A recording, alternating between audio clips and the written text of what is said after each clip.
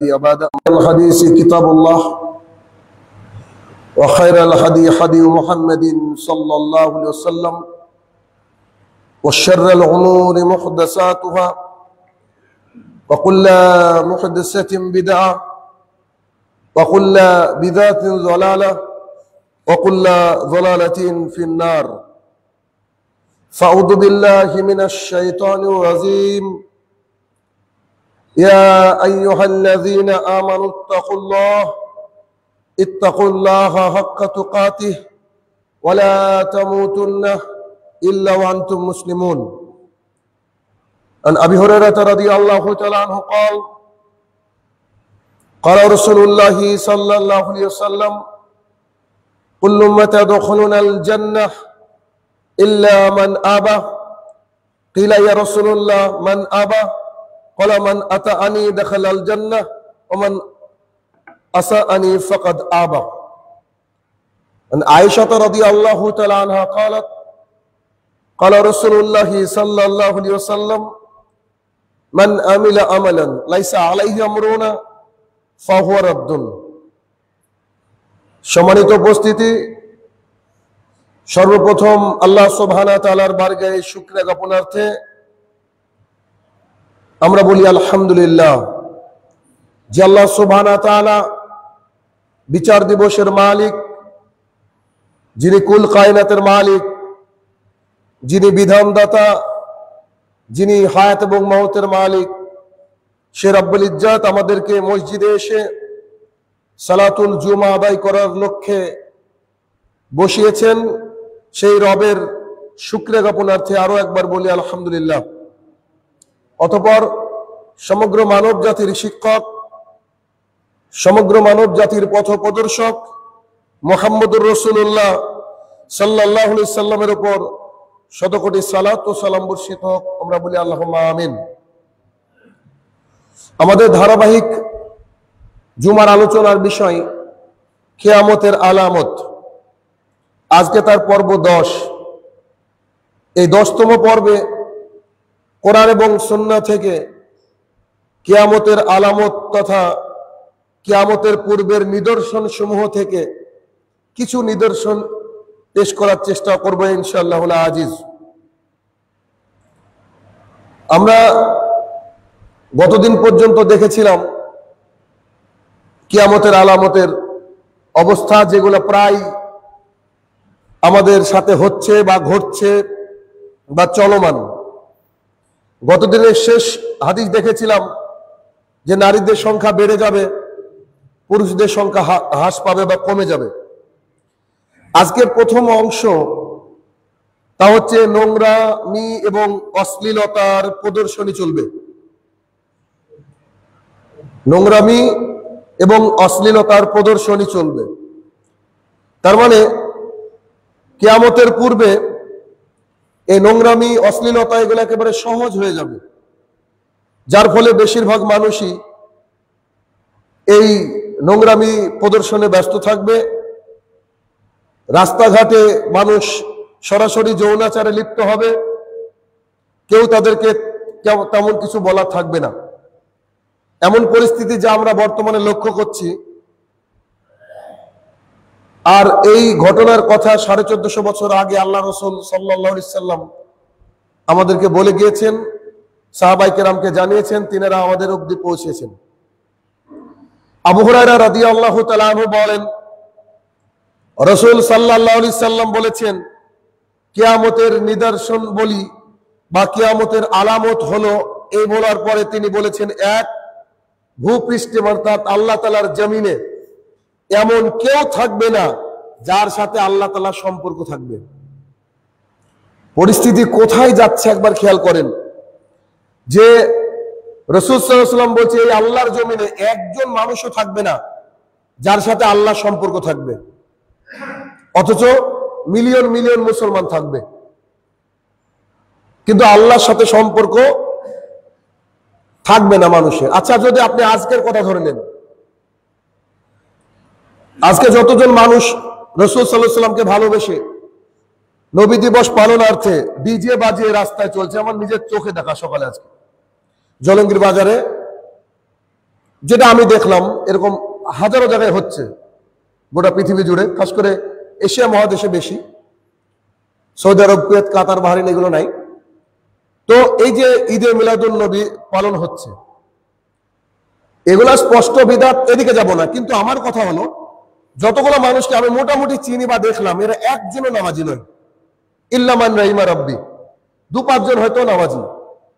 তাহলে রাসূল সাল্লাল্লাহু আলাইহি ওয়াসাল্লামকে ভালোবেসে রাস্তায় বেরিয়েছে, মোটরসাইকেলে তেল পুড়েছে নিজের টাকা খরচ করে, সকালবেলায় ঘুম ভেঙে আল্লাহ রসুলকে ভালোবাসি বলে রাস্তায় রাস্তায় চলে বেড়াচ্ছে।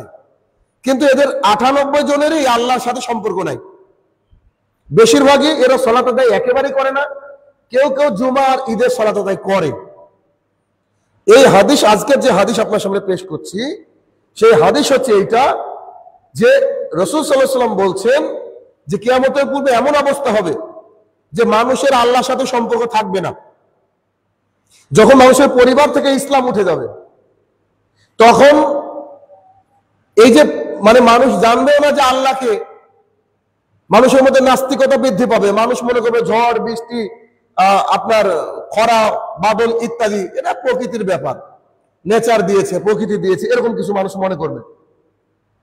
কিন্তু আল্লাহ তাআলাকে মানুষ ভুলে যাবে, এমন একটা সময় আসবে। এটা আলহামদুলিল্লাহ সুম্মা আলহামদুলিল্লাহ যে আমরা আল্লাহ তাআলাকে স্মরণ করি, আল্লাহ তাআলার রাস্তায় চলার চেষ্টা করি। কিন্তু এমন একটা সময় আসবে, তাহলে তখন কি হবে পরিস্থিতি বুঝেন। 2, রাস্তাঘাটে খোলামেলা যৌনাচার হবে।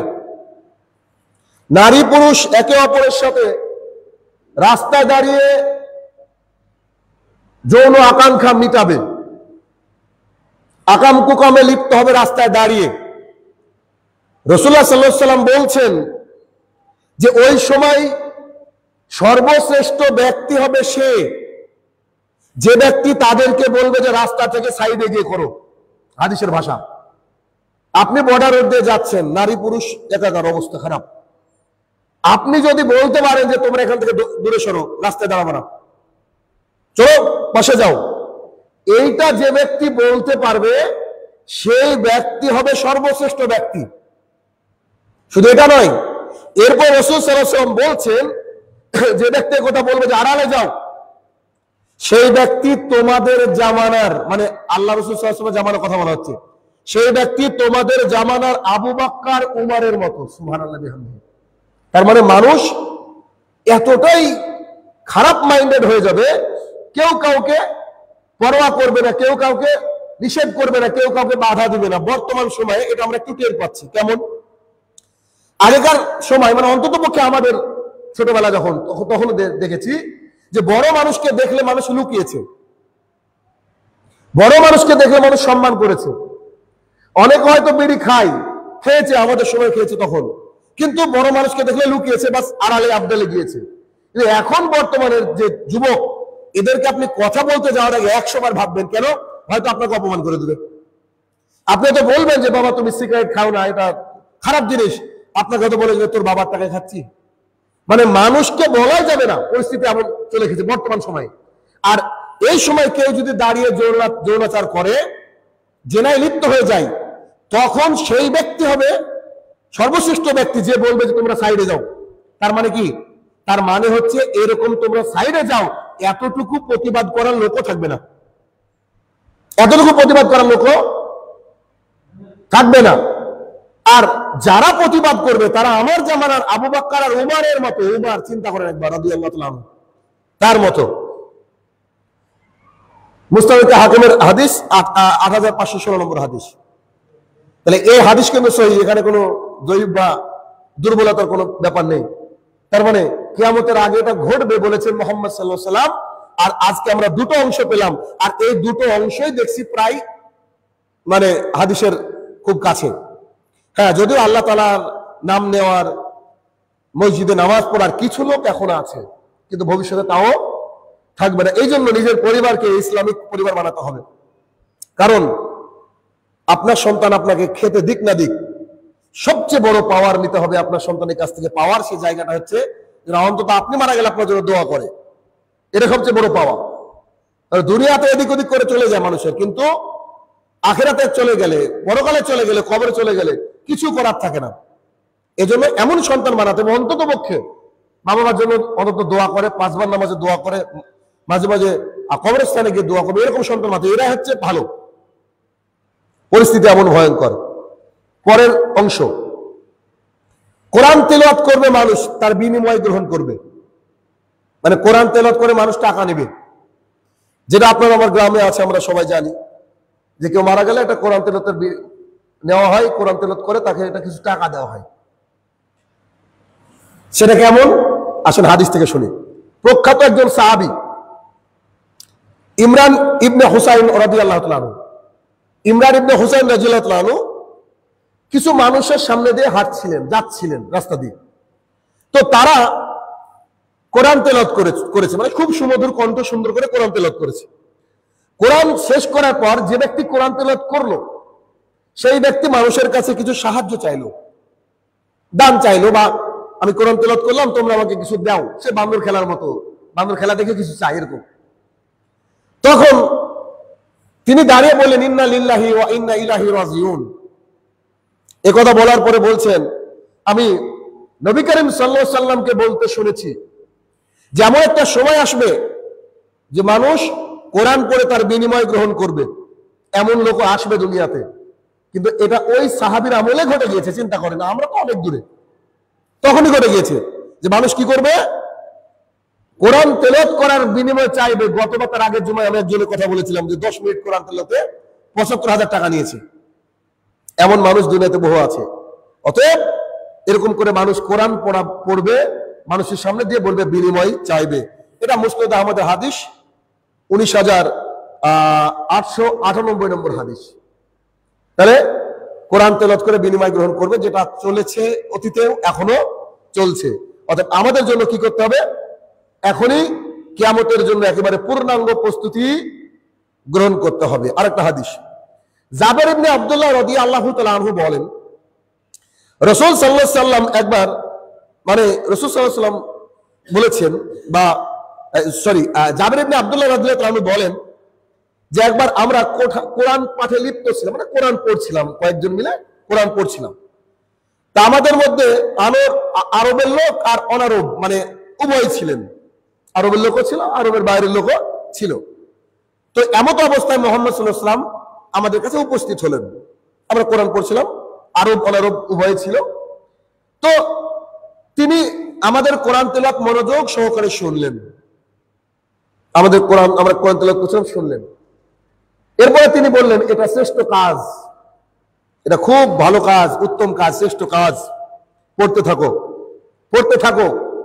একথা বলার পরে তিনি বললেন, অতি সত্বর একদল লোকের আবির্ভাব ঘটবে যারা সুমধুর কণ্ঠে কোরআন তেলাওয়াত করবে। আল্লাহ রাসূল সাল্লাল্লাহু আলাইহি ওয়াসাল্লাম এই বর্তমানে হাফেজদের কথাই বলেছেন, বেশিরভাগ সুমধুর কণ্ঠে কোরআন তেলাওয়াত করবে, খুব সুন্দর তাদের কণ্ঠ হবে, সুমধুর কণ্ঠে কোরআন তেলাওয়াত করবে।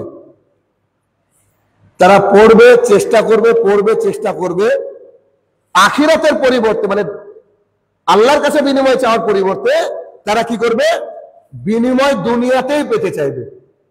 এমন একদল মানুষের আবির্ভাব ঘটবে। এটাও মুসনাদ আহমদের হাদিস, ১৫,২৭৩ নম্বর হাদিস। তাহলে বোঝা গেল যে কোরআন তেলাওয়াত করে মানুষ একসময় বিনিময় চাইবে, চাচ্ছে বর্তমানে, যেটা আমরা দেখছি। তারপরে কিয়ামতের আলামত হচ্ছে ব্যাপক হারে মানুষের স্থূলতা বৃদ্ধি হবে, মানুষ মোটা হয়ে যাবে। দেখেন হাদিস, সব এক একটা হাদিস আমি শোনাচ্ছি। ইমরান ইবনে হুসাইন রাদিয়াল্লাহু তাআলা আনহু বলেন, রাসূল সাল্লাল্লাহু আলাইহি সাল্লাম বলেছেন, সর্বোত্তম যুগ হচ্ছে আমার যুগ। আল্লাহ তাআলা পৃথিবী সৃষ্টি করার পর থেকে সবচেয়ে সোনালী যুগ, সর্বশ্রেষ্ঠ যুগ, ভালো যুগ হচ্ছে কার যুগ? মুহাম্মদ সাল্লাল্লাহু আলাইহি সাল্লামের যুগ, মানে সাহাবীদের যুগ। এরপরে তিনি বললেন, এরপরে যুগ হচ্ছে, সর্বশ্রেষ্ঠ যুগ হচ্ছে সাহাবীদের যুগ। তা আল্লাহ রাসূল সাল্লাল্লাহু আলাইহি ওয়াসাল্লামের জামানায় তো সাহাবীরা ছিলেন, হ্যাঁ, তিনি মারা যাওয়ার পরে তো সাহাবীরা ছিলেন, সাহাবীদের যুগ। এরপরে সর্বশ্রেষ্ঠ যুগ হচ্ছে তাবেঈদের যুগ, মানে তার পরবর্তী যুগ। তারপরে পৃথিবীর 3টে শ্রেষ্ঠ যুগ গিয়েছে। 1 মুহাম্মদ সাল্লাল্লাহু আলাইহি ওয়াসাল্লামের যুগ, 2 সাহাবীদের যুগ, 3 হচ্ছে তাবেঈদের যুগ, মানে সাহাবীদের পরবর্তী বিখ্যাত লোকদের। এরপরে তিনি বলছেন, এরপরে এমন কিছু লোকদের আবির্ভাব হবে যারা অযাচিত ভাবে সাক্ষ্য দিবে, মানে প্রয়োজন নেই সাক্ষী দেওয়ার, তবুও গিয়ে একজন মানুষকে ফাঁসানোর জন্য কিছু একটা বলে চলে এসেছে, এটাকে বলে অযাচিত ভাবে সাক্ষী দেওয়া। অযাচিত ভাবে সাক্ষী দেবে। 2, তারা বিশ্বাসঘাতকতা করবে। ঘরে ঘরে বিশ্বাসঘাতক তৈরি হবে, চারিদিকে বিশ্বাসঘাতকতা ছয়লাভ হয়ে যাবে। বিশ্বাসঘাতকতা মানে বিশ্বাস ভেঙে নষ্ট করা, বিশ্বাসঘাতকতা করবে। তাদের কাছে আমানত আর রাখা হবে না। মানুষ বুঝে যাবে যে না, এরা হচ্ছে খারাপ মানুষ, এদের কাছে আমানত রাখা যাবে না। তারা যখন মানত করবে, মানত আর পূর্ণ করবে না। অনেকে আছে না, জানলা আমার যদি এটা হয় তো আমি মসজিদে এই দিব সেই দিব, এরকম মানত করে কিন্তু মানুষ আর পূর্ণ করে না। বহু মানুষ আছে তারা মানত করবে, পূর্ণ করবে না। তাদের দেহের স্থূলতা বৃদ্ধি পাবে, মেদ বেড়ে যাবে, ভুঁড়ি বেড়ে যাবে। হাদিস কোথাকার জানেন? বুখারীর 3450 নম্বর হাদিস, হাদিস মুসলিম শরীফের 6638 নম্বর হাদিস। মানুষ এতটাই নানান রকমের সুস্বাদু পানীয় পান করবে, আনহেলদি খাবার খাবে, এমন পরিস্থিতি হয়ে যাবে যে মানুষ হচ্ছে স্থূলতা বৃদ্ধি পেয়ে যাবে। আর যখনই মানুষের স্থূলতা বৃদ্ধি পেয়ে যায় তখন দেখবেন ইবাদতে মশগুল থাকতে পারে না, ইবাদতে খুব কষ্ট হয়, ভোরবেলা উঠতে অসুবিধা হয়, সালাত ছুটে যায়, তারপরে হচ্ছে নানান কাজে সমস্যা হয়।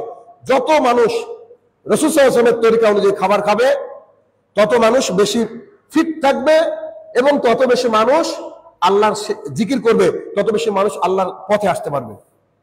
তাই দেখেন, মোটা হয়ে যাও এটা হচ্ছে একটা কি কিয়ামতের আলামত। এটা 1450 বছর আগে বলেছেন রাসূল সাল্লাল্লাহু আলাইহি ওয়াসাল্লাম। তিনার জামানায় এত মানুষ, এরকম মোটা মানুষ ছিল না। আচ্ছা, এরপরে পরের পয়েন্ট হচ্ছে কিয়ামতের আলামতের, যে সমাজে উচ্চ পদস্থ যারা, উঁচু লেভেলের যারা উচ্চ পদস্থ লোক, গরিব লোকদের সম্পদকে লুটপাট করবে, আত্মসাৎ করবে, কৌশলে নিয়ে নেবে, কৌশলে নিয়ে নেবে। এটা বহু জায়গায় ঘটছে বর্তমানে, যেটা আমরা একটু তাকালে বুঝতে পারবো। হাদিস শুনি আমরা। আয়েশা রাদিয়াল্লাহু তাআলা আনহা বলেন, রাসূল সাল্লাল্লাহু আলাইহি ওয়াসাল্লাম একদিন আমার কাছে আসলেন, এসে বললেন, হে আয়েশা, তিনার কথা বলার স্টাইল এটা ছিল রাসূল সাল্লাল্লাহু আলাইহি ওয়াসাল্লাম, হে আয়েশা, তোমার জাতি সবার আগে আমার সাথে মিলিত হবে, তোমার জাতি সবার আগে আমার সাথে মিলিত হবে। এরপর তিনি বসে পড়লেন। তিনি যখন বসে পড়লেন, আমি তাকে জিজ্ঞাসা করলাম, মহান আল্লাহর জন্য আমার জীবন আপনার উপরে কুরবান হোক, মানে আমার জীবন আপনার উপরে কুরবান হোক, আপনি কি এমন কথা বললেন ঘরে ঢুকেই, যেটা নিয়ে আমি চিন্তিত, আমি ভীত সন্ত্রস্ত হয়ে পড়লাম, আমার ভয় লেগে গেল, আপনি এমন কথা কেন বললেন? তখন রাসূল সাল্লাল্লাহু আলাইহি ওয়াসাল্লাম বললেন, কি কথা বললাম, কই কি বলেছি যে ভয় ভয় পেয়ে গেল? তো বলছে, আপনি যে ঢুকেই বললেন যে হে আয়েশা, শোনো, তোমার জাতি প্রথমে আমার সাথে সাক্ষাৎ করবে, এর মানে কি? আমি তো ভয় পেয়ে গেলাম। জবাবে মুহাম্মদ সাল্লাল্লাহু আলাইহি ওয়াসাল্লাম বললেন, আমি ঠিকই বলেছি, আমি ঠিকই বলেছি। আয়েশা রাদিয়াল্লাহু তাআলা তখন প্রশ্ন করলেন যে এর কারণ কি? জবাবে তিনি বললেন, মানুষ কে যেমন, মানে একটা মানুষ, বেশিরভাগ মানুষের মিষ্টি খেতে পছন্দ করে, রাসূল সাল্লাল্লাহু আলাইহি ওয়াসাল্লাম বলেছে, মানুষ যেমন মিষ্টির দিকে ধাবিত হয়, মিষ্টি খাবারের দিকে ধাবিত হয়, তেমনি মৃত্যু। এর মানে কি? যে মিষ্টির দিকে যেমন মানুষ ধাবিত হয়, ঠিক তেমন মৃত্যু মানুষের দিকে ধাবিত হয়, মৃত্যু মানুষের দিকে ধাবিত হয়। সবাই তাদের সাথে কি বিদ্বেষপূর্ণ আচরণ করবে। মানে কি? মৃত্যু যখন আসবে সবাই মরতে চায় না, কেউ মরতে চায় না দুনিয়া থেকে, সবাই বিদ্বেষপূর্ণ, হায় আমার মৃত্যু হলো, এই অবস্থায় আমি মারা গেলাম, আমার এত বয়স হয়নি, এটা বিদ্বেষপূর্ণ আচরণ করা মৃত্যুর সাথে। তিনি আয়েশা রাদিয়াল্লাহু তাআলা বললেন, তাকে মানে মুহাম্মদ সাল্লাল্লাহু আলাইহি ওয়াসাল্লামকে বলেন, সে সমস্ত মানুষের অবস্থা কেমন হবে, তাদের অবস্থা কেমন হবে যারা মৃত্যুর সাথে বিদ্বেষ পোষণ করবে? তখন তিনি বললেন যে পাখা গজায়নি এমন পতঙ্গের মতো হবে, পাখা গজায়নি এমন পতঙ্গের মতো হবে, আর সবলরা দুর্বলদেরকে খেয়ে ফেলবে, সবলরা দুর্বলদেরকে খেয়ে ফেলবে। এটা চলতে থাকবে কিয়ামত পর্যন্ত। এটা হাদিস, হাদিস কোথাকার? মুসনাদ আহমদ 24,000 640 নম্বর হাদিস। আচ্ছা, এর মানে কি? এর মানে হচ্ছে যে বড় মানুষরা কৌশলে কূটকৌশলে তারা গরিবদের সম্পদকে দখল করে নেবে, গরিবদের সম্পদকে দখল করে নেবে। আপনাদেরকে একটা তথ্য দিই, আমি জানা দরকার আছে। কিছুদিন আগে সরকার যখন মানে সফটওয়্যার আপডেট করে, তা আপডেট করার সময় কিছুটা গন্ডগোল থাকে, ঝামেলা থাকে সফটওয়্যারকে একটু ফিক্স করতে। তো আপডেট করতে গিয়ে সরকার যখন সফটওয়্যার আপডেট করছিল, আপডেট করতে গিয়ে সরকার অনেকগুলো জমিকে নিজের সরকারি নামে করে রেখেছে কূটকৌশলে। তো এইটা যখনই প্রকাশ পেয়ে গেছে সঙ্গে সঙ্গে ওইটাকে ডিলিট করে দিয়েছে। আমার এক বন্ধু খুব বিচক্ষণ, ও সাথে সাথে ডাউনলোড করে নিয়েছে। কারণ এর আগে একবার ঘটেছিল, এটা কিন্তু সরকার ইচ্ছা করে দেয়নি, ভুল ভাবে আপডেট করতে গিয়ে প্রকাশ হয়ে গেছে, তো সে ডাউনলোড করে রেখে দিয়েছে। তা আমাকে বসিয়ে তার কম্পিউটারে দেখাচ্ছে শুধুমাত্র সাহেবরামপুর মৌজা আমি দেখলাম প্রায় কত শতক, দেখলাম 500 শতক না কত শতক জমি যেটা সরকারের। আর ওই জমিগুলার প্রত্যেকটা জমিতে আমি দেখলাম ঈদগাহ আছে আর মসজিদ আছে, এই জমি মানে সরকারের। তা আমি বললাম তাহলে আমার যে জমি, এই যে আমাদের যে মসজিদ, এই মসজিদের জমি কার, এটা কি করে বুঝবো? তা আমাকে বলছে এটা সরকারেরও হতে পারে। তো এটা আপনাকে বুঝতে হবে, দেখতে হবে। যদি সরকারের এরকম হয় তাহলে কি হবে? শেষে এসে বলবে এটা আমার জমি, এটা ভেঙে দাও, আমরা এখানে বিল্ডিং তৈরি করবো বা কিছু একটা প্রকল্প তৈরি করব। এরকম শুধুমাত্র সাহেবরামপুর মৌজায় আমি দেখলাম বহু জমি সরকার অধিগ্রহণ করে নিয়েছে। কিভাবে করেছে আল্লাহ ভালো জানে, কিন্তু ওরা আসলে প্রকাশ করতে চায়নি, মানে কোনো কারণে ভুলে এটা প্রকাশ হয়ে গেছে। আর ও খুব বিচক্ষণ মানুষ, কম্পিউটার ভালো বুঝে, ও সঙ্গে সঙ্গে ডাউনলোড করে ওটা রেখে দিয়েছে। চিন্তা করা যায়? মানে আমাদের জমি আমরা নিজের টাকা দিয়ে কিনেছি, কিছুদিন পর সরকার এসে তাদের দলিল দেখে বলবে এটা আমার জমি, আপনারা সরে যান। পরিস্থিতি কত ভয়াবহ আসতে চলেছে একবার কল্পনা করেন, চিন্তা করেন। তাহলে এ হচ্ছে বর্তমান পরিস্থিতি, যেটা রাসূল সাল্লাল্লাহু আলাইহি ওয়াসাল্লাম আগে বলেছেন যে রাঘব বোয়ালরা গরিবদের জমি হস্তান্তর করে নেবে। শুধুমাত্র আমি মসজিদ আর ঈদগাহ দেখেছি। তাই এই বাদ দিয়ে আরো কিছু তো আছে, আপনার আমার ভিটা জমি হতে পারে, এসে বলবে না আমাদের জমি, ঝামেলা শেষ। তাহলে তাদেরকে দিয়ে দিতে হবে। কারা নিয়েছে? যাদের জমির প্রয়োজন নেই, যাদের আর্থিক সচ্ছলতা আছে, যারা বড় লোক, যারা বড় মানুষ, তারা দিয়েছে। যে হাদিস এখনই আপনার সামনে পেশ করলাম, আপনাদের সামনে পেশ করলাম, এই কথা বলেছেন 450 মুহাম্মদ সাল্লাল্লাহু আলাইহি ওয়াসাল্লাম। অতএব আমাদেরকে কিন্তু বিচক্ষণতার সাথে কোরআন এবং সুন্নাহ বুঝে মৃত্যুর জন্য প্রস্তুতি গ্রহণ করতে হবে, কিয়ামতের জন্য প্রস্তুতি গ্রহণ করতে হবে। যে যতই বড় জুলুম বাঁধক না কেন, কিয়ামতের মাঠে পাকড়াও হয়ে যাবে। অতএব জুলুম থেকে সাবধান এবং জুলুমবাজি থেকে রক্ষা হওয়ার যে রাস্তা কোরআন এবং সুন্নাহ মোতাবেক, সেই রকম রাস্তা আমাদেরকে আপনাতে হবে। আল্লাহ তাআলা আমাদেরকে সেই তৌফিক আদা করুক। আল্লাহুম্মা আমিন।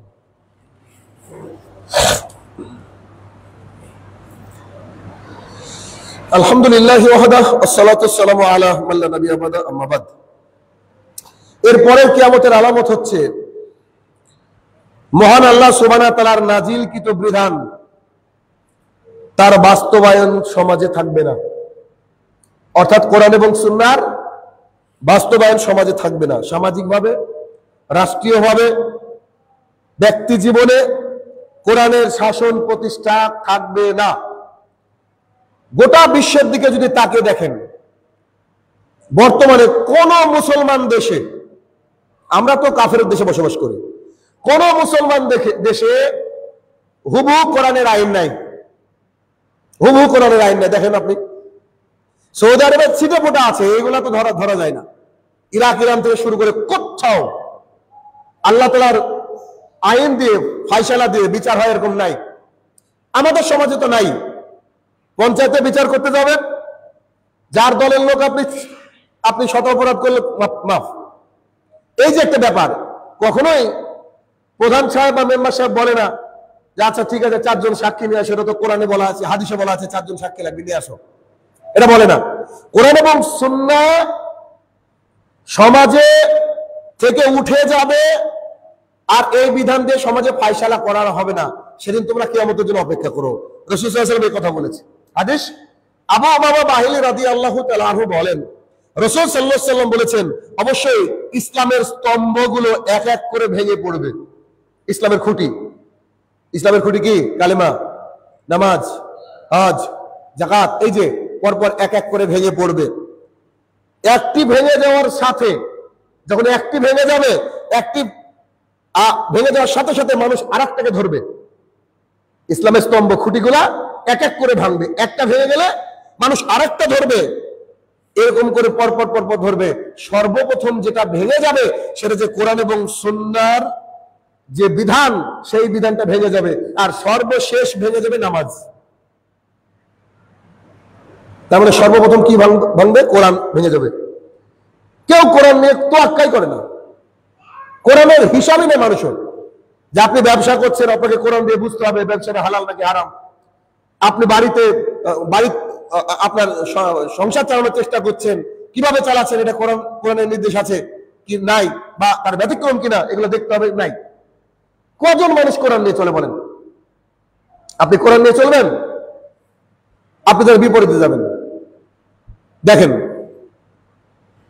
আমার ছেলে বলেছে যে এই যে কি, এই শিক্ষক দিবস, স্যার আমি চাঁদা দিব না। তখন একজন শিক্ষক বলছে যে পড়াশোনা করাও হারাম তোদের কাছে, অথচ স্কুল ইসলামিক স্কুল বলে তারা চালায়, মুসলমানদের মাথায় কি করে টুপি পড়ায়। তো বলছে যে সারাক্ষণ বকে গেল। তা আমি উঠে বললাম আপনি কি আমাকে বলছে? না, তোকে বলছি না, কিন্তু বলছে আমাকে।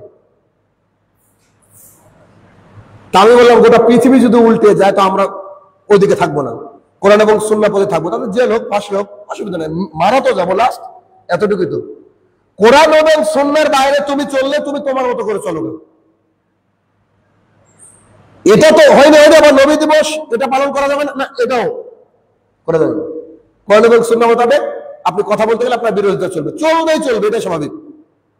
তো দেখেন কোরআনের আইন কোথাও নাই, অথচ দাড়ি টুপিও লাগিয়ে আরবি পড়ায়। অথচ সেই লোকই কোনো মসজিদের সেক্রেটারি, ক্যাশিয়ার, অমুক তমুক ইত্যাদি হয়ে বসে আছে, দিন রাত বিড়ি টেনে বেড়াবে। আবার তারা বুঝাতে চাইবে যে আমরা মুসলমান।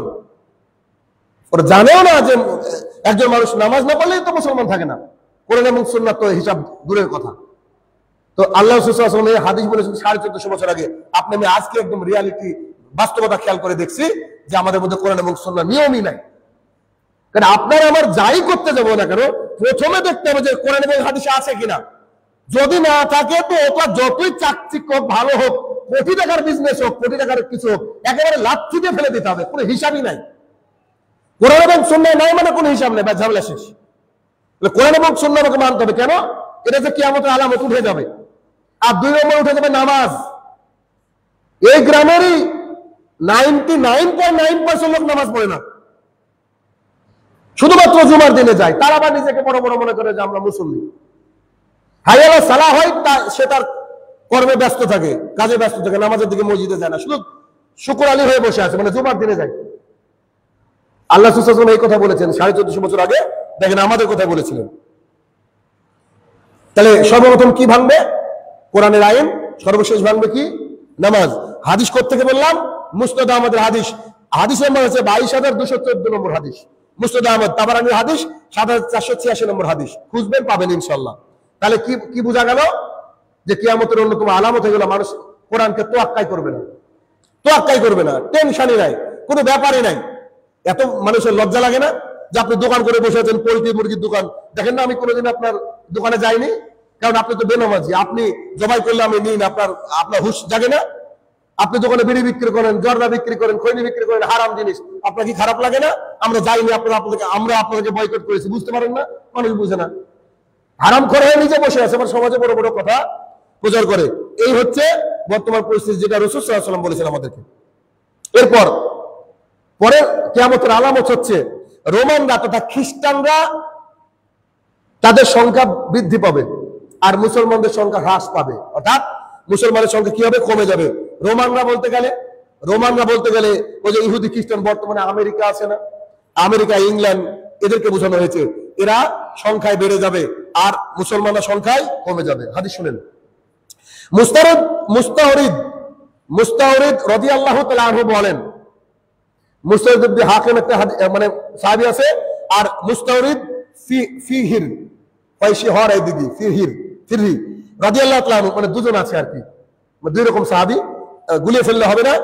তো একবার তিনি বলছেন, সাহাবী তিনি বলছেন যে আমর ইবনে আস রাদিয়াল্লাহু তাআলা, কে বলেন তো? মিশর বিজয়ী সাহাবী আমর ইবনে আস রাদিয়াল্লাহু তাআলা আমাদের সামনে আসলেন, এসে তিনি বললেন যে কিয়ামতের আগে রোমানরা সংখ্যাগরিষ্ঠ হবে, কিয়ামতের আগে রোমানরা মানে বেড়ে যাবে, সংখ্যাগরিষ্ঠ হবে। আমর ইবনে আস রাদিয়াল্লাহু তাআলা বলছে তুমি চিন্তা করে কথা বলো, কিন্তু তিনি আমাদেরকে বললেন তুমি চিন্তা করে কথা বলো। কি বলছো তুমি? খ্রিস্টান বেড়ে যাবে না? চিন্তা করে কথা বলো।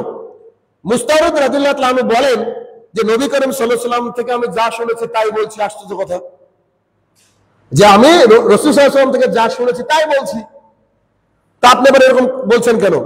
তো তখন আমর রাদিয়াল্লাহু তাআলা বলেন যে নবী করিম সাল্লাল্লাহু আলাইহি ওয়াসাল্লাম এমন যদি বলে থাকে তাহলে ঠিক। সুবহানাল্লাহ, দেখেন সাহাবীর মিলনের গতি বুঝেন।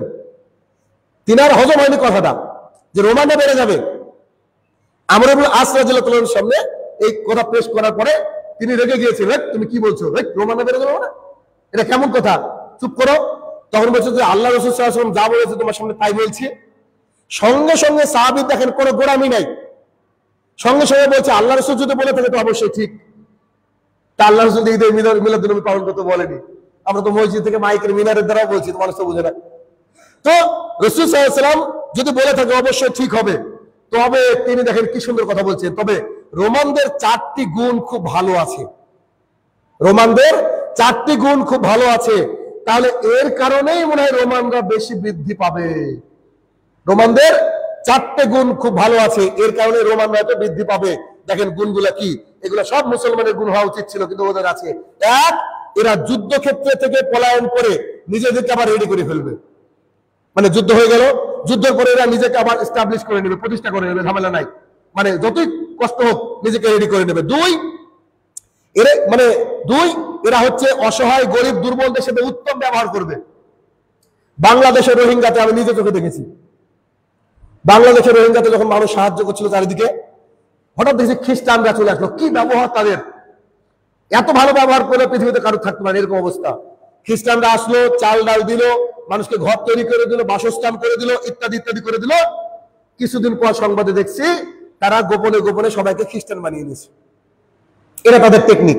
দেখবেন ভারতবর্ষের বুকে নয়, গোটা পৃথিবীতে খ্রিস্টানদের যত ফ্রি বলছি স্কুল বিশ্ববিদ্যালয় আছে, মুসলমানদের একটাও নাই। তারা অসহায় দরিদ্র গরিব জঙ্গলে স্কুল করে রেখেছে। কেন? দেখেন মানুষের পেটটা যদি শান্তি থাকে না, তাকে যা করাবেন তাই করবে মানুষ।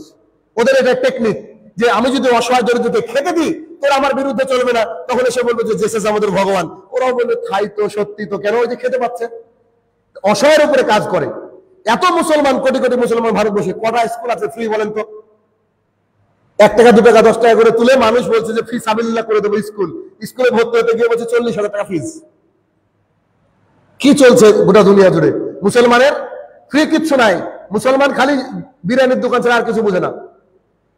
মানে ওদের যে স্কুল করতে হবে, ওদের যে বাচ্চাকে শিক্ষিত করতে হবে, ওদেরকে জাতির উন্নততর জায়গায় নিয়ে যেতে হবে, এ বিষয়ে কোনো হিসাবে নেই মানুষের। অথচ খ্রিস্টানদের কি দেখেন, অসহায় দুর্বল গরিবদেরকে এরা সাহায্য করে, তারা সাহায্য করে। 3, এরা ফিতনার সময় আবেগ দিয়ে কাজ করে না, বিবেক দিয়ে কাজ করে। ফিতনা যখন আসে, পরীক্ষা যখন আসে, তারা তখন কি করে? এরা বিবেক লাগায়। আর মুসলমানরা কি? আবেগ দিয়ে। ওই যে অমুক দেশের প্রধানমন্ত্রী নবী করিম সাল্লাল্লাহু আলাইহি ওয়াসাল্লামের কার্টুন এঁকেছে, তাকে বয়কট করো, হ্যাশট্যাগ অমুক তমুক মুহাম্মদ সাল্লাল্লাহু আলাইহি ওয়াসাল্লাম, আই লাভ মুহাম্মদ সাল্লাল্লাহু আলাইহি ওয়াসাল্লাম বলে ফেসবুক ফাটিয়ে দিয়েছে, কিন্তু ফজরে একজন লোক নাই। দেখেন ফজরে লোক নাই, অথচ তারা এই কাজ করে।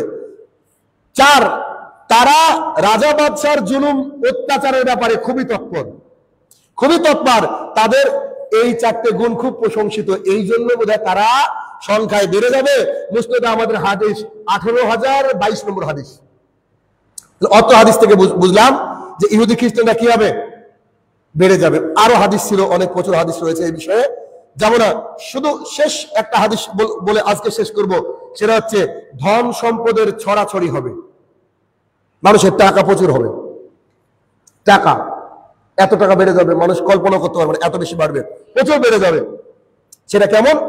আবু হুরায়রা রাদিয়াল্লাহু তাআলা আনহু বলেন, রাসূল সাল্লাল্লাহু আলাইহি ওয়াসাল্লাম বলেছেন, তোমাদের মধ্যে ধন সম্পদের প্রাচুর্যতা এত বেড়ে যাবে, এত বেড়ে যাবে, এমনকি মানে বৃদ্ধি হতেই থাকবে, হতেই থাকবে, হতেই থাকবে। সেই জামানায় দান, যাকাত, সাদাকা ভক্ষণকারী লোককে খুঁজে পাওয়া যাবে না। সাদাকা বা দান এর উদ্দেশ্যে কাউকে যদি ডাকার, ভাই আসেন তো আপনাকে দান করবো, 1 কোটি টাকা দান করবো, একটু নিয়ে যান তো সেই লোক বলবে যে ভাই আমার প্রয়োজন নেই টাকা। এতদিন এই অবস্থা না আসা পর্যন্ত কিয়ামত সংগঠিত হবে না। বুখারীর হাদিস 1346 নম্বর হাদিস, মুসলিম শরীফ 2387 নম্বর হাদিস। এই ঘটনা ঘটবে কবে? কিয়ামতের আগে। মানুষের ধন সম্পদ এত পরিমাণে বৃদ্ধি হয়ে যাবে, এত পরিমাণে বৃদ্ধি হয়ে যাবে। অথচ চিন্তা করে দেখেন, সবচেয়ে কষ্টের জামানা ছিল মুহাম্মদ সাল্লাল্লাহু আলাইহি ওয়াসাল্লামের জামানা। বেশিরভাগই সাহাবী খেতে পেত না। রাসূল সাল্লাল্লাহু আলাইহি ওয়াসাল্লামের ঘরে দিনের পর দিন রান্না হতো না, শুধু খেজুর আর পানি খেয়ে দিন কাটাতেন। কিন্তু আজকে প্রত্যেকের, আমাদের পরিস্থিতি একবার চিন্তা করেন, কল্পনা করেন। এরকম বহু হাদিস রয়েছে। আর একটা হাদিস, আবু মুসা আশআরী রাদিয়াল্লাহু তাআলা আনহু বলেন, রাসূল সাল্লাল্লাহু আলাইহি ওয়াসাল্লাম বলেছেন, এমন এক যুগ আসবে যে জাকাতের অর্থ নিয়ে মানুষ ঘোরাঘুরি করবে, কিন্তু এই জাকাতের অর্থ দেওয়ার মতো কোনো মানুষ আর পাওয়া যাবে না। মুসলিম শরীফ 2385 নম্বর হাদিস। আরেকটা হাদিসও ছিল, এমনি হাদিস না বলে শর্ট করে বলে দিই, যে এমন একটা সময় আসবে মানুষ হীরা জহরত মানে মানে মুক্তা, তারপরে হচ্ছে আপনার সোনা, এগুলা মানুষ এইভাবে দান করবে, মানে এইভাবে দান করবে, মানুষ মানুষকে দিবে, গুনবে না। এমন রাজা আসবে, এমন রাজা আসবে যে এইভাবে মানুষকে দান করবে, গুনবে না।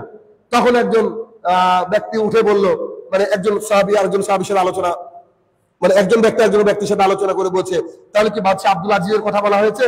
তো না না, তার কথা নয়, মানে তার জামানায় বিশাল পরিমাণে ধনভাণ্ডার দেখা দিয়েছিল। তাহলে এ হচ্ছে বর্তমান সময়ের কিছু কিয়ামতের আলামতের আমি কথা উল্লেখ করলাম, যেগুলো অলরেডি বাস্তবায়িত হয়ে গেছে এবং আমাদের হচ্ছে, যেটা আমরা রানিং দেখছি। চিন্তা করেন এবং নিজেকে পরিশুদ্ধতার জায়গা নিয়ে আসতে হবে, নিজেকে পরিশুদ্ধ করতে হবে।